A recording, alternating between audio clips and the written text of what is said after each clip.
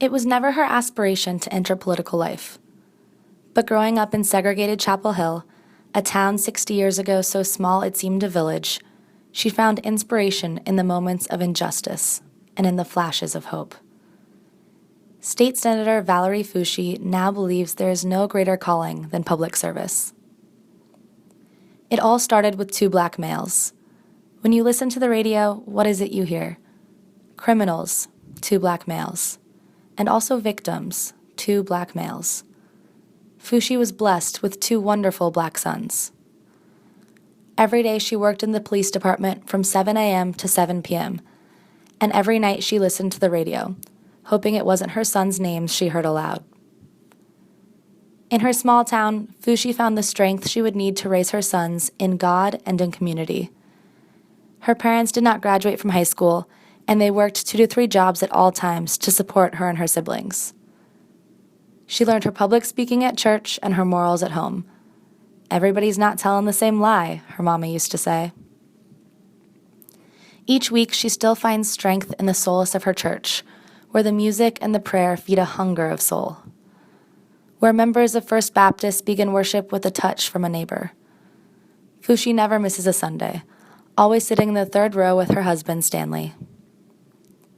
Stanley and her met when they were 3 years old, playing together at Bible school. He's been my best boyfriend for forever, she chuckles. She graduated high school in the first year the senior class chose its own commencement speaker. As class president, she was elected by her peers to speak, where she used the platform not for platitudes about successful futures, but for a call to better a prejudiced world. Fast forward a few years, and the Foushees look into the eyes of their 2 black sons, wondering what is a parent supposed to do. She remembers the day her son came home crying because he was not allowed to tell the story at school about how he met Rosa Parks at the Million Man March. Well, she walked right into that classroom to have a word with the teacher, and the next day her son was telling his story. Eventually, she found herself walking into the school board meetings, and then into meetings as county commissioner. It never started off as politics. It all started with her 2 black sons. Now as a state senator, Foushee spends her time outside the Capitol with the people she's been elected to serve. Her son couldn't talk about Rosa Parks, so she reads to children, like in this classroom at Scroggs Elementary, about Ruby Bridges, the first black child to desegregate an all-white school. She engages with students to both teach them about breaking boundaries, as the first African-American female to serve on the Board of Commissioners, and also to learn from them about their experiences in school and how she can make those interactions better. She is beloved by her community. From the moment she says goodbye at a school to the instant she steps foot in a senior home. According to polling research, a local politician must touch a person 6 times in order for them to remember her. This man at Manly Estates Senior Home told her it only took 1 time for him to remember the work she is doing. Foushee's work in the Senate spans various legislation, from education to income inequality to civil rights.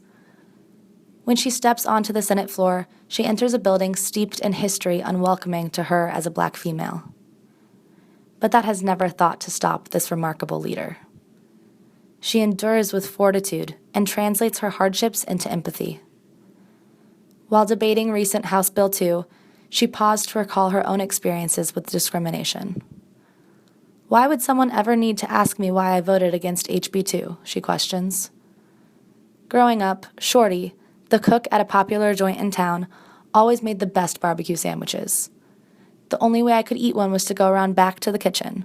I could never enter through the front door. I am only here now because some policy folks saw that it was wrong that I couldn't sit at a table. So now I'm here doing the same, fighting against more discrimination.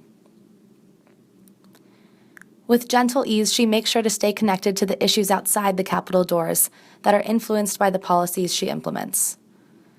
She takes a hands-on approach to meet with local activists, learning about which programs work in their communities and which don't. And she brings this knowledge back to the Capitol, sharing it with colleagues in committee meetings. Her commitment to improve the lives of future North Carolinians is a personal one, affecting the people she has worked with and lived with. Foushee and her husband moved to Hillsborough about a year ago. They missed the comfort of a small town that Chapel Hill no longer provided. The streets are not hectic, the nights are filled with good food and good company. When she enters the dry cleaners each week, she knows she is never leaving just with her clothes. She also leaves with new stories from the owner, stories of daughters and marriages, worries and concerns. She feels the intimate connection between Hillsborough residents is both mythical and mystical, even if simply making a new friend when you join the gym. The Fushis are the second family to move into Waterstone, a new development outside the historic district. The modern house has clean lines and fresh finishes. The white spackled walls contrast the antique furniture that fills the home. The blues from this phonograph have sung in the ears and hearts of generations in her and Stan's family. Its wood bears the marks of overworked palms, tired backs, and cracked smiles. This new home in Hillsborough has also become a place welcoming to future generations of family. Clad in bright Easter colors, nieces, cousins, and grandkids gather round the kitchen. Slapping sticky hands and holding hungry bellies, the children await as Grandma directs the line to dish up her home-cooked food. Her sons, Stanley II and Terrence, take after their mother, commanding attention of their loved ones with back-and-forth banter. After the meal, she reaches for her grandson, Stanley III, or Trey, as she likes to call him. In his Easter suit, he knows he is the favorite kid in the room. What he might not yet know is that he will grow up in a world impacted by his grandmother's legacy.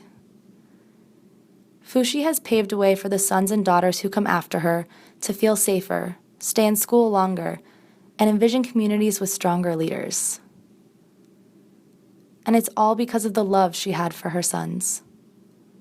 A love that saw past setbacks and harsh realities. A love that has produced invigorating hope and joy in a formidable North Carolinian woman.